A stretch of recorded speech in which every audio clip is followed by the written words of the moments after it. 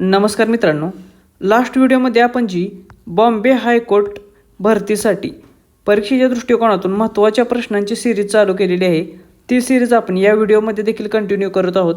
या व्हिडिओमध्ये देखील आपण परीक्षेच्या दृष्टिकोनातून जे काही महत्त्वाचे प्रश्न आहेत ते प्रश्न आणि त्याची उत्तरे सविस्तर बघणार आहोत. त्याचबरोबर परीक्षेत त्या मुद्द्यांवर किंवा टॉपिकवर आधारित पुढे कोणते प्रश्न येऊ शकतात ते देखील आपण डिस्कस करणार आहोत. आज जे आपण प्रश्न बघणार आहोत त्याची काठिण्य पातळी थोडीशी अवघड स्वरूपाची असणार आहे, जेणेकरून कोणत्याही स्वरूपाचा प्रश्न परीक्षेमध्ये तुम्हाला जर विचारला तर त्याचे उत्तर तुम्हाला देता आले पाहिजे किंवा तशी तयारी तुमची असली पाहिजे. चला तर मग सुरू करूया. प्रश्न क्रमांक 1, ॲमिकस क्युरी या कायदेशीर संज्ञेचा अर्थ काय होतो?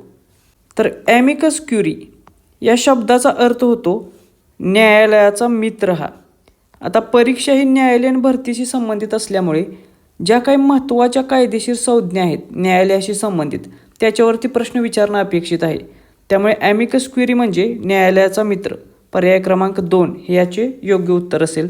आता ॲमिकस क्युरी याच्याशी संबंधित आपण थोडीशी माहिती बघूया की जेव्हा एखादा महत्त्वाचा जनहितार्थ मुद्दा न्यायालयामध्ये उपस्थित होतो किंवा न्यायालयाला एखाद्या तांत्रिक महत्त्वाच्या मुद्द्यावरती मार्गदर्शन अपेक्षित असतं, त्यावेळी न्यायालयाला मदत करण्यासाठी निष्पक्षपणे म्हणजे कोणत्याही पक्षाची बाजू न घेता निष्पक्ष मदत करण्यासाठी एखादा तज्ज्ञ व्यक्ती त्या मुद्द्यावर आधारित नेमला जातो. त्याला न्यायालयाचा मित्र किंवा ॲमिकस क्युरी म्हणून ओळखलं जातं. त्याच्यानंतर प्रश्न क्रमांक 2, उच्च न्यायालयाच्या न्यायाधीशांना पदाची शपथ कोण देतो? तर प्रत्येक राज्याच्या उच्च न्यायालयाचे जे न्यायाधीश आहेत त्यांना त्यांच्या पदाची शपथ हे त्या संबंधित राज्याचे राज्यपाल देतात. त्यामुळे या प्रश्नाचे उत्तर आहे पर्याय क्रमांक 3 हे. आता एक गोष्ट इथं लक्षात घ्या, उच्च न्यायालयाच्या न्यायाधीशांना पदाची शपथ जरी राज्यपाल देत असले तरी उच्च न्यायालयाच्या न्यायाधीशांची नियुक्ती कोण करतं? तर यांची नियुक्ती मात्र भारताचे राष्ट्रपती करतात. त्यामुळे लक्षात घ्या, भारताचे राष्ट्रपती हे उच्च न्यायालयाच्या न्यायाधीशांची नियुक्ती करतात, मात्र त्यांना पदाची शपथ कोण देतं? तर संबंधित राज्याचे राज्यपाल. प्रश्न क्रमांक 3, महाराष्ट्र पठार हे प्रामुख्याने कोणत्या खडकापासून बनलेले आहे? तर परीक्षेमध्ये महाराष्ट्राचा प्राकृतिक भूगोल, मग त्याच्यामध्ये महाराष्ट्र पठार, कोकण आणि सह्याद्री पर्वत याच्यावरती प्रश्न विचारणं अपेक्षित आहे. तर महाराष्ट्र पठार हा साधारणतः बेसॉल्ट या खडकापासून बनलेला आहे. त्यामुळे पर्याय क्रमांक 2 याचे योग्य उत्तर असेल. आणि पुढे जाऊन बेसॉल्ट खडक याची मोठ्या प्रमाणात झीज होते आणि या झीजेनंतर याचे बारीक कणात रूपांतर झाल्यानंतर काळी मृदा तयार होते, काळी कसदार मृदा. त्यामुळे परीक्षेत तुम्हाला असा प्रश्न विचारला जाईल की काळी मृदा ही कोणत्या खडकापासून तयार होते? तर ती बेसॉल्ट खडकापासून तयार होते आणि ही काळी मृदा कापूस, ऊस यासारख्या पिकांसाठी खूप उपयुक्त असते. प्रश्न क्रमांक 4, भारतीय संविधानाचे कलम 226 कशाशी संबंधित आहे? तर परीक्षेच्या दृष्टिकोनातून जी काही महत्त्वाची संविधानातील कलमे आहेत त्याच्यावरती देखील प्रश्न विचारू शकतात. कलम 226 हे जे आहे ते संबंधित आहे उच्च न्यायालयांच्या प्राधिलेख काढण्याच्या अधिकारांशी, म्हणजेच रिट्स काढण्याच्या अधिकारांशी. आता हे प्राधिलेख कशासाठी असतात? तर जेव्हा एखाद्या व्यक्तीच्या मूलभूत हक्कांचे हनन होते किंवा मूलभूत हक्क डावलले जातात तेव्हा ते मिळवून देण्यासाठी कलम 226 अंतर्गत न्यायालय प्राधिलेख काढू शकते. आता हा उच्च न्यायालयाचा अधिकार कलम 226 अंतर्गत आहे. त्यामुळे पर्याय क्रमांक 2 हे याचे योग्य उत्तर आहे. तर जे सुप्रीम कोर्ट आहे त्याला देखील अशा स्वरूपाचे प्राधिलेख काढण्याचे अधिकार असतात, मात्र हे अधिकार त्याला भारतीय संविधानाच्या कलम 32 नुसार प्राप्त होतात. त्यामुळे हे 2 कलमे लक्षात ठेवा. प्राधिलेख काढण्याचे अधिकार सुप्रीम कोर्टचे आहेत कलम 32 नुसार, तर उच्च न्यायालयाचे आहेत कलम 226 नुसार. प्रश्न क्रमांक 5, लोक न्यायालयात किंवा लोक अदालतमध्ये प्रामुख्याने कोणत्या प्रकारचे खटले मिटवले जातात?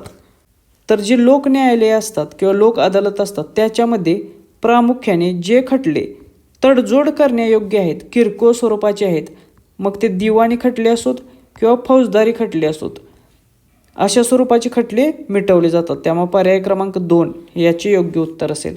एक गोष्ट इथे लक्षात घ्या, गंभीर स्वरूपाचे म्हणजे खून असेल, दरोडे असतील किंवा बलात्कार असतील यासारखे महत्त्वाचे गंभीर स्वरूपाचे खटले याच्या अंतर्गत येत नाहीत.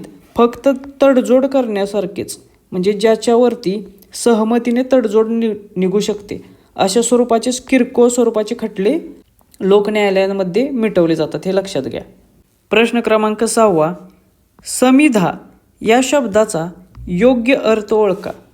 तर परीक्षेमध्ये तुम्हाला मराठी व्याकरणावरती अशा स्वरूपाचे शब्द किंवा प्रश्न विचारले जातील. तर समिधा या शब्दाचा अर्थ होतो जे लाकूड यज्ञासाठी वापरले जाते किंवा यज्ञामध्ये अर्पण करण्यासाठी वापरले जाणारे जे लाकूड असते त्याला समिधा म्हणतात. त्यामुळे पर्याय क्रमांक 2 याची योग्य उत्तर आहे. प्रश्न क्रमांक 7, खालीलपैकी शुद्ध शब्दसमूह ओळखा. म्हणजे खाली आपल्याला 3 शब्दांचे गट दिलेले आहेत आणि त्याच्यापैकी योग्य शुद्ध असलेला शब्दसमूहांचा गट ओळखायचा आहे. तर याच्यापैकी पर्याय क्रमांक 1 अधांतरी, कनिष्ठ आणि ज्येष्ठ हे तिन्ही शब्द जे आहेत ते योग्यरित्या किंवा शुद्ध शब्द आहेत. त्यामुळे पर्याय क्रमांक 1 हे या प्रश्नाचे योग्य उत्तर असेल. त्याच्यानंतर प्रश्न क्रमांक 8, विद्वान या शब्दाचे स्त्रीलिंगी रूप काय आहे. सर्वात आधी आपण विद्वान या शब्दाचा अर्थ समजून घेऊया. विद्वान म्हणजे काय, तर असा पुरुष ज्याने खूप जास्त प्रमाणात ज्ञान संपादन केलेले आहे. मग याचे स्त्रीलिंगी रूप काय होईल, तर अशी स्त्री जिने खूप जास्त ज्ञान संपादन केलेले आहे. मग तिला काय म्हणतात, तर तिला विदुषी असं म्हटलं जातं. त्यामुळे विद्वान याचे स्त्रीलिंगी रूप आहे विदुषी. पर्याय क्रमांक 2. प्रश्न क्रमांक 9, बॉम्बे असोसिएशन या संस्थेची स्थापना कोणी केली. तर परीक्षेच्या दृष्टिकोनातून महाराष्ट्र तसेच भारतातील ज्या काही महत्त्वाच्या संस्था आहेत त्याच्यावरती प्रश्न विचारले जातील. तर अशीच एक महत्त्वाची संस्था आहे बॉम्बे असोसिएशन म्हणून. आणि ही जी बॉम्बे असोसिएशन आहे ती महाराष्ट्रातील पहिली राजकीय संघटना आहे. त्यामुळे परीक्षेत तुम्हाला प्रश्न विचारला जाईल की महाराष्ट्रातील पहिली राजकीय संघटना कोणती आहे, तर तिचे उत्तर असेल बॉम्बे असोसिएशन हे. आता मग या बॉम्बे असोसिएशनची स्थापना कोणी केली, तर ती केली जगन्नाथ नाना शंकर शेठ यांनी. त्यामुळे पर्याय क्रमांक 2 हे याचे योग्य उत्तर आहे. आता ही जी बॉम्बे असोसिएशन आहे याची स्थापना किती साली झाली, तर ती 1852 साली नाना शंकर शेठ यांनी केली. कोणत्या ठिकाणी केली, तर ती केली मुंबई या ठिकाणी. त्यामुळे ठिकाण देखील तुम्हाला माहीत असलं पाहिजे. त्याचबरोबर हे जे नाना शंकर शेठ आहेत यांना एक टोपण नाव आहे. यांना मुंबईचे अनभिषिक्त सम्राट असे म्हटलं जातं.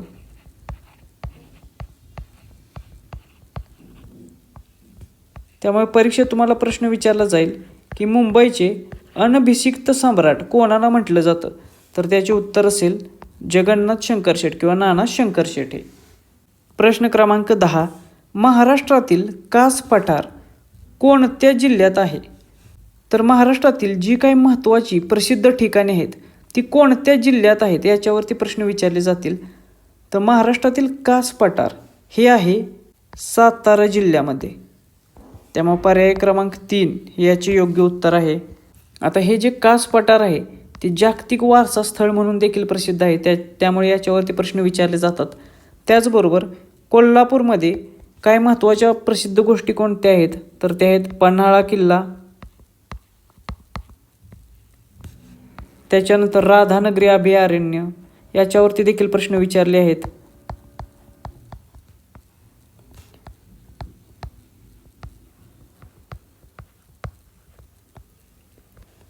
त्याच्यानंतर रत्नागिरीमध्ये कोणत्या प्रसिद्ध गोष्टी आहेत, तर गणपतपुळे मधील गणपतीचं मंदिर आहे.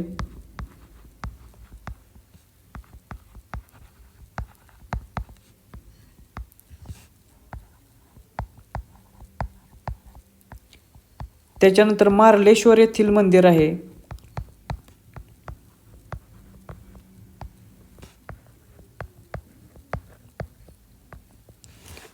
तर परीक्षेच्या दृष्टिकोनातून महाराष्ट्रातील जी काही महत्त्वाची प्रसिद्ध ठिकाणे आहेत ती कोणत्या जिल्ह्यात आहेत ते एकदा बघून घ्या. त्याच्यावरती प्रश्न अशा स्वरूपाचे विचारले जातील. प्रश्न क्रमांक 11. असहकार चळवळ कोणत्या घटनेमुळे स्थगित करण्यात आली? परीक्षेच्या दृष्टिकोनातून असहकार चळवळ, सविनय कायदेभंग चळवळ, चले जाव आंदोलन ह्या खूप महत्त्वाच्या आहेत, कारण याच्यावरती पुन्हा पुन्हा प्रश्न विचारले जातात. तर ही जी असहकार चळवळ आहे ती साधारणतः 1921-22 मध्ये झालेली चळवळ आहे. आणि ही चळवळ स्थगित करण्याचे महत्त्वाचे कारण होते ते म्हणजे चौराचौरी येथे झालेली घटना. हे ठिकाण कोणते आहे? तर हे आहे उत्तर प्रदेशमधील गोरखपूर जिल्ह्यातील एक ठिकाण. आणि या ठिकाणी जी अहिंसक असलेली चळवळ हिंसक वळण घेते, त्यामुळे व्यथित होऊन महात्मा गांधी ही चळवळ मागे घेतात. त्यामुळे पर्याय क्रमांक 2 चौरा घटनेमुळे असहकार चळवळ ही स्थगित करण्यात आली होती, हे याचे योग्य उत्तर असेल. त्याच्यानंतर प्रश्न क्रमांक 12. भारतातील सर्वात जुनी पर्वतरांग कोणती आहे? तर भारतामधील सर्वात जुनी पर्वतरांग आहे अरवली पर्वतरांग ही. त्यामुळे पर्याय क्रमांक 3 हे याचे योग्य उत्तर असेल. हा भारतातील सर्वात प्राचीन वली पर्वत आहे, लक्षात घ्या वली. परीक्षेत असा देखील प्रश्न येऊ शकतो की भारतातील सर्वात प्राचीन वली पर्वत कोणता? तर तो आहे अरवली पर्वत. त्याचबरोबर हा जो पर्वत आहे अरवली पर्वत याला अविशिष्ट पर्वत असं देखील म्हणतात. आता याला अविशिष्ट पर्वत का म्हणतात? कारण ऊन, वारा, पाऊस याच्यामुळे इतक्या वर्षांच्या कालावधीत याची मोठ्या प्रमाणात झीज झालेली आहे, त्यामुळे याला अविशिष्ट पर्वत देखील म्हटलं जातं. आता परीक्षेत तुम्हाला भारतातील सर्वात तरुण वली पर्वत कोणता असा देखील प्रश्न विचारू शकतात. तर भारतातील सर्वात तरुण पर्वतरांग कोणती आहे? तर ती आहे हिमालय पर्वतरांग. त्यामुळे या दोन्ही गोष्टी लक्षात ठेवा की भारतातील सर्वात जुनी किंवा प्राचीन पर्वतरांग म्हटलं की याचे उत्तर असेल अरवली पर्वतरांग. आणि सर्वात तरुण पर्वतरांग कोणती आहे असा प्रश्न आला तर त्याचे उत्तर असेल हिमालय पर्वतरांग ही. प्रश्न क्रमांक 13. दक्षिण महाराष्ट्रातील कोल्हापूर हे शहर कोणत्या नदीकाठी वसलेले आहे? तर हे जे कोल्हापूर शहर आहे ते वसलेले आहे पंचगंगा या नदीकाठी. त्यामुळे पर्याय क्रमांक 3 हे याचे योग्य उत्तर असेल. जी काही महत्त्वाची शहरे आहेत किंवा महत्त्वाच्या नद्यांच्या काठी कोणकोणती शहरे आहेत त्याच्यावरती देखील प्रश्न विचारले जातात. त्याचबरोबर आणखीन एक प्रश्न या पंचगंगा नदीवर विचारला जाऊ शकतो, ते म्हणजे कोणत्या 5 नद्यांनी ही पंचगंगा नदी तयार झालेली आहे? तर त्या 5 नद्या आहेत कुंभी, कासारी, तुळशी, भोगावती आणि सरस्वती. तर या ज्या 5 नद्या आहेत कुंभी, कासारी, तुळशी, भोगावती आणि सरस्वती या 5 नद्यांनी मिळून पंचगंगा ही नदी तयार झालेली आहे. तर याच्यावरती देखील प्रश्न विचारले जातात. प्रश्न क्रमांक 14. साखरेतील रक्ताचे प्रमाण नियंत्रित करण्यासाठी कोणते संप्रेरक किंवा हार्मोन काम करते? तर इन्सुलिन हे जे संप्रेरक आहे ते रक्तातील साखरेचे प्रमाण नियंत्रित करण्यासाठी ओळखले जाते. त्यामुळे पर्याय क्रमांक 2 हे या प्रश्नाचे योग्य उत्तर असेल.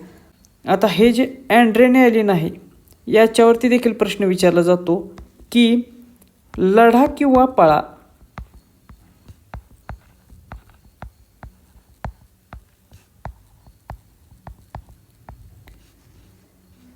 असे संप्रेरक म्हणून कोणते संप्रेरक ओळखले जाते?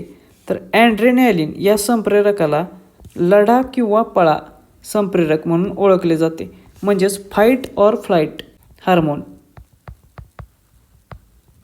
फाईट ऑर फ्लाईट हे जे संप्रेरक आहे ॲड्रेनालिन हे संप्रेरक आणीबाणीच्या परिस्थितीमध्ये काम करते, त्यामुळे याला लढा किंवा पळा संप्रेरक म्हणून ओळखले जाते. प्रश्न क्रमांक 15. लिफ्ट किंवा एलिव्हेटरचा शोध कोणी लावला? तर लिफ्टचा शोध लावलेला आहे एलिशा ओटिस यांनी. त्यामुळे या प्रश्नाचे उत्तर आहे पर्याय क्रमांक 2 हे. प्रश्न क्रमांक 16. संगणकामध्ये HTTP मधील पीचा अर्थ काय असतो? तर हा जो HTTP आहे याचा फुल फॉर्म आपण आधी बघूया. याचा फुल फॉर्म होतो हायपर टेक्स्ट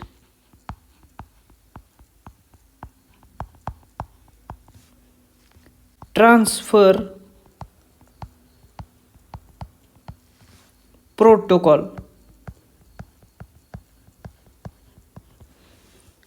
HTT आणि P. मग आपल्याला काय विचारलेलं आहे? तर पीचा अर्थ विचारलेला आहे. मग याच्यामध्ये पीचा अर्थ होतो प्रोटोकॉल हा. त्यामुळे या प्रश्नाचे उत्तर आहे पर्याय क्रमांक 2 प्रोटोकॉल हे. त्याच्यानंतर प्रश्न क्रमांक 17.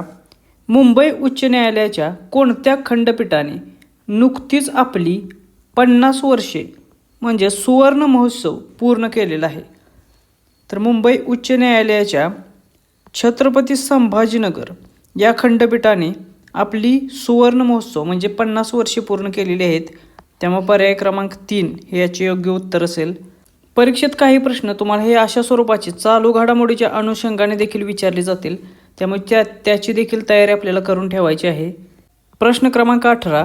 2025 मध्ये महाराष्ट्राच्या मुख्य निवडणूक आयुक्तपदी कोणाची नियुक्ती करण्यात आलेली आहे?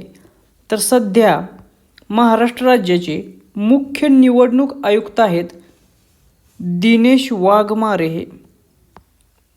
त्यामुळे या प्रश्नाचे उत्तर आहे पर्याय क्रमांक 1 हे. प्रश्न क्रमांक 19. एका रांगेत रामचा क्रमांक डावीकडून 15वा आणि उजवीकडून 10वा आहे, तर रांगेत एकूण किती मुले आहेत? तर अशा स्वरूपाचे काही प्रश्न पेपरमध्ये विचारले जातील. ते सोपे असतील, पण लवकरात लवकर उत्तरापर्यंत जर पोचायचे असेल तर त्याच्यासाठी आपल्याला जास्तीत जास्त प्रश्नांचा सराव करणं अपेक्षित आहे. त्यामुळे जेवढा जास्त प्रश्नांचा तुम्ही सराव कराल तेवढे जास्त मार्क तुम्हाला पेपरमध्ये मिळून जातील. तर आता आपण हा प्रश्न सोडूया. एक रांग आहे, त्याच्यामध्ये राम इथे उभा आहे असं समजूया आपण. तर हा राम डावीकडून 15वा आहे असे सांगितलेले आहे. म्हणजे रामच्या डावीकडे इकडे 14 मुले आहेत आणि राम आहे 15वा. त्याच्यानंतर याच रामचा क्रमांक उजवीकडून 10वा आहे असं सांगितलेलं आहे. म्हणजे याच्या उजवीकडे 9 मुलं आहेत. तर रांगेत एकूण किती मुले आहेत असा प्रश्न विचारलेला आहे. मग रामच्या इकडे 9 मुले, राम स्वतः आणि रामच्या इकडे 14 मुले. मग किती झाले? 9 1 10 आणि 14 24. म्हणजेच पर्याय क्रमांक 2 हे या प्रश्नाचे योग्य उत्तर असेल. प्रश्न क्रमांक 20वा.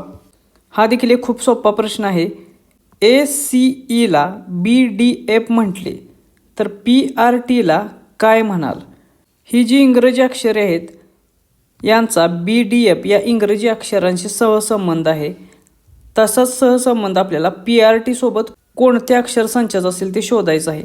मग इथं जर आपण काळजीपूर्वक बघितलं तर A नंतर येतं B, C नंतर येतं D आणि E नंतर येतं F. म्हणजे प्रत्येक अक्षराच्या पुढचं अक्षर लेटर इथं त्यांनी घेतलेलं आहे. त्यामुळे P नंतर कोणतं येणार आहे? P नंतर येणार आहे Q, R नंतर येणार आहे S आणि T नंतर येणार आहे U. त्यामुळे QSU हा पर्याय कोणता आहे? तर तो आहे पर्याय क्रमांक 1. त्यामुळे पर्याय क्रमांक 1 हे आपल्या प्रश्नाचे योग्य उत्तर आहे. हे सहसंबंध तयार करताना त्यांनी प्रत्येक अक्षराच्या पुढचं अक्षर त्यांनी घेतलेलं आहे. प्रश्न क्रमांक 21. महाराष्ट्रात माहिती अधिकार म्हणजेच RTI राईट टू इन्फॉर्मेशन ही चळवळ कोणी सुरू केली? तर महाराष्ट्रातील RTI माहितीचा अधिकार ही जी चळवळ आहे ती सुरू केलेली आहे किंवा त्याचे प्रणेते आहेत अण्णा हजारे हे. त्यामुळे या प्रश्नाचे उत्तर आहे पर्याय क्रमांक 2 हे. तर अखिल भारतीय लेवलला म्हणजेच भारतात सर्वात आधी ही जी RTI आहे ही चळवळ माहिती अधिकाराची चळवळ कोणी सुरू केली? तर त्याचे उत्तर असेल अरुणा रॉय हे. अरुणा रॉय यांनी भारतात माहिती अधिकाराची चळवळ सुरू केलेली आहे. त्यामुळे हे नाव लक्षात ठेवा, याच्यावरती देखील प्रश्न येऊ शकतो. प्रश्न क्रमांक 22. उच्च न्यायालयाच्या एका खंडपीठात किमान किती न्यायाधीश असावेत? तर उच्च न्यायालयाच्या वेगवेगळ्या सिटिंग्स असतात किंवा बेंचेस असतात. जर सिंगल बेंच असेल तर त्याच्यामध्ये एकच न्यायाधीश असतो. हे जे साधे खटले असतात वेगवेगळ्या स्वरूपाचे किरकोळ खटले, त्याच्यासाठी सिंगल बेंच असतो, त्याच्यामध्ये एकच न्यायाधीश असतो. त्याच्यानंतर असतो डिव्हिजन बेंच, म्हणजे विभागीय किंवा खंडपीठीय बेंच असते. त्याच्यामध्ये किमान 2 किंवा त्याच्यापेक्षा अधिक म्हणजे किमान 2 असतात न्यायाधीश. तर हाच प्रश्न आपल्याला विचारलेला येतं. त्यामुळे पर्याय क्रमांक 2 हे या प्रश्नाचे योग्य उत्तर असेल. हे जे डिव्हिजन बेंच असतं त्याच्यामध्ये गंभीर स्वरूपाचे जे गुन्हे असतात किंवा PIL जे असतात त्याच्यामध्ये ह्या किमान 2 न्यायाधीशांच्या समोर याची सुनावणी घेतली जाते. त्याच्यानंतर तिसऱ्या प्रकारची बेंच आहे ती आहे फुल बेंच म्हणू शकतो आपण. तर या फुल बेंचमध्ये किमान 3 न्यायाधीश असतात. याच्यामध्ये अधिक गुंतागुंतीचे जे खटले आहेत किंवा कायद्याशी संबंधित अधिक गुंतागुंतीचे जे प्रश्न असतील ते सोडवण्यासाठी फुल बेंच म्हणजे किमान 3 न्यायाधीश असलेली बेंच असते आणि त्यांच्यासमोर सुनावणी घेतली जाते. आणि त्याच्यानंतर असते मग कॉन्स्टिट्यूशनची बेंच, म्हणजे संविधानाचा अर्थ लावण्यासाठी संविधानाच्या दृष्टिकोनातून जर काही महत्त्वाचा प्रश्न उभा राहिला असेल तर त्याच्यासाठी ही कॉन्स्टिट्यूशनल बेंच असते. आणि याच्यामध्ये किमान 5 किंवा त्याच्यापेक्षा अधिक न्यायाधीशांचा समावेश असतो. आणि ही जी बेंच आहे कॉन्स्टिट्यूशनल बेंच ही मुख्यतः सुप्रीम कोर्टामध्ये असते. तर ह्या काही बेंचेस आहेत, त्याच्यावरती देखील तुम्हाला परीक्षेत प्रश्न येऊ शकतो की कोणत्या बेंचमध्ये किमान किती न्यायाधीश असतात आणि त्यांच्यासमोर सुनावणी घेतली जाते. प्रश्न क्रमांक 23. इन्कलाब जिंदाबाद ही घोषणा कोणी लोकप्रिय केली? तर ही जी इन्कलाब जिंदाबाद घोषणा आहे ती लोकप्रिय केलेली आहे भगतसिंग यांनी. त्यामुळे पर्याय क्रमांक 2 हे या प्रश्नाचे योग्य उत्तर असेल. अजून एक घोषणा आहे तिच्यावरती देखील परीक्षेत प्रश्न विचारला जातो, ती आहे चलो दिल्ली. चलो दिल्ली अशी घोषणा कोणी दिली असा पेपरमध्ये प्रश्न विचारला जाईल. तर ही घोषणा दिलेली आहे सुभाषचंद्र बोस यांनी. त्यामुळे हे देखील लक्षात ठेवा, सुभाषचंद्र बोस यांनी दिलेली घोषणा कोणती आहे तर ते आहे चलो दिल्ली. त्याच्यानंतर प्रश्न क्रमांक 24. भारताचे मँचेस्टर म्हणून कोणत्या शहराला ओळखले जाते? तर अशा स्वरूपाचे प्रश्न देखील खूप विचारले जातात. वेगवेगळ्या शहरांची जी टोपण नावे आहेत त्याच्यावरती प्रश्न येतो.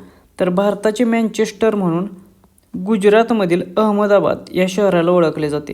त्यामुळे पर्याय क्रमांक 2 हे याचे योग्य उत्तर असेल. त्याचबरोबर अहमदाबादलाच भारताचे बोस्टन असे देखील म्हणून ओळखले जाते.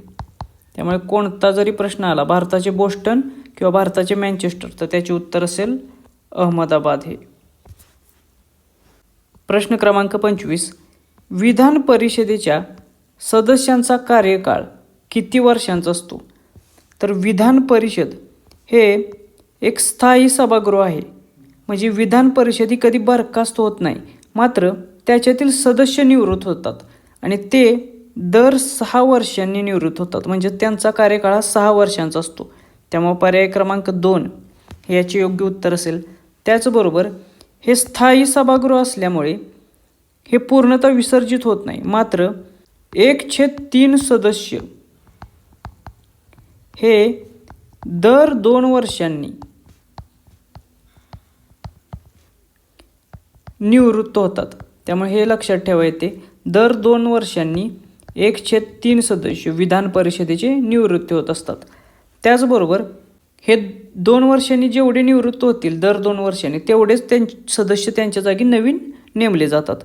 त्यामुळे हे स्थायी सभागृह हे कायमस्वरूपी चालू राहते. त्याचबरोबर परीक्षेत तुम्हाला असा प्रश्न विचारला जाईल की महाराष्ट्रातील विधान परिषदेची सदस्य संख्या किती आहे? तर महाराष्ट्रातील विधान परिषदेची सदस्य संख्या आहे 78 एवढी. त्यामुळे हे लक्षात ठेवा, याच्यावरती 100% प्रश्न विचारला जाईल. प्रश्न क्रमांक 26. संगणकातील Ctrl+Alt+Delete या कीज एकत्र दाबल्यावर काय होते? तर परीक्षेत एखादा दुसरा प्रश्न हा संगणकावरती देखील विचारला जाऊ शकतो. त्यामुळे त्याची तयारी म्हणून त्याचे प्रश्न देखील आपण येथे घेत आहोत.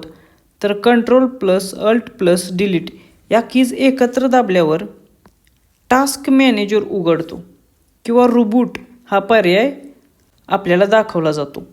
त्यामुळे या प्रश्नाचे उत्तर आहे पर्याय क्रमांक 2 हे. त्यामुळे हे लक्षात ठेवा. प्रश्न क्रमांक 27. भारतीय संविधानानुसार देशाचा प्रथम नागरिक कोण असतो? तर भारताच्या संविधानानुसार देशाचा प्रथम नागरिक असतो तो देशाचा राष्ट्रपती.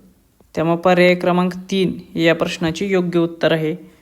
राष्ट्रपती हे देशाचे प्रथम नागरिक असतात. त्याचबरोबर देशाचा सर्व कारभार हा राष्ट्रपतींच्याच नावाने चालत असतो. त्याचबरोबर जे तिन्ही सेना दल आहेत त्या तिन्ही सेना दलांचे राष्ट्रपती हे प्रमुख असतात.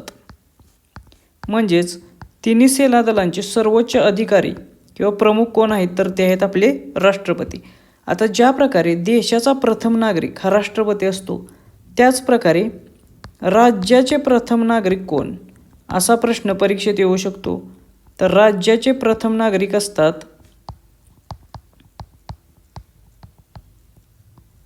हे त्या संबंधित राज्याचे राज्यपाल. त्यामुळे या दोन्ही गोष्टी लक्षात ठेवा. राज्यपाल हे राज्याचे प्रथम नागरिक आहेत, तर राष्ट्रपती हे देशाचे प्रथम नागरिक आहेत. प्रश्न क्रमांक 28. जागतिक आरोग्य दिन कधी साजरा केला जातो?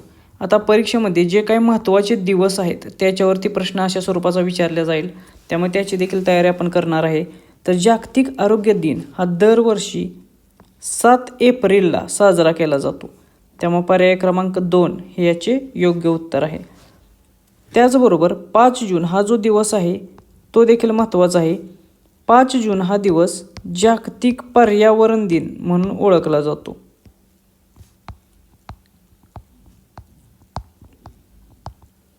परीक्षेत तुम्हाला प्रश्न विचारला जाईल की जागतिक पर्यावरण दिन कधी साजरा केला जातो? तर त्याचे उत्तर असेल 5 जून हे. त्याच्यानंतर 10 डिसेंबर हा जो दिवस आहे तो दिवस जागतिक मानवी हक्क दिवस म्हणून साजरा केला जातो.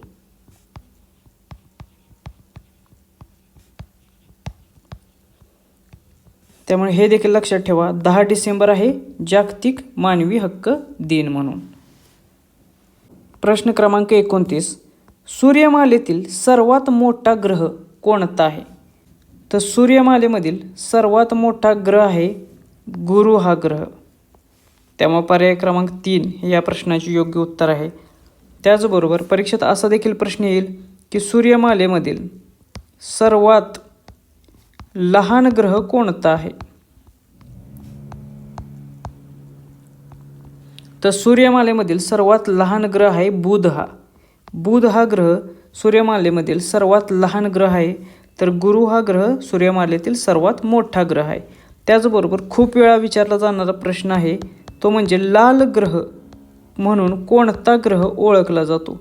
तर लाल ग्रह म्हणून मंगळ हा ग्रह ओळखला जातो.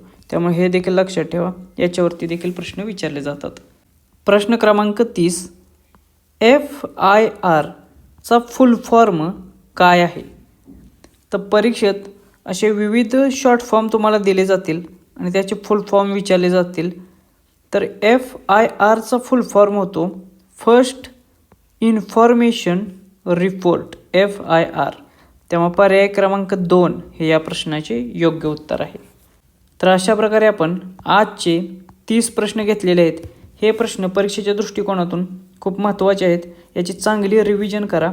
मी जे काही मुद्दे सांगतोय ते तुम्ही व्यवस्थित नोट डाऊन करा किंवा त्याच्या नोट्स तयार करा, जेणेकरून परीक्षा जवळ आल्यावर त्याचे रिव्हिजन करण्यासाठी तुम्हाला मदत होईल.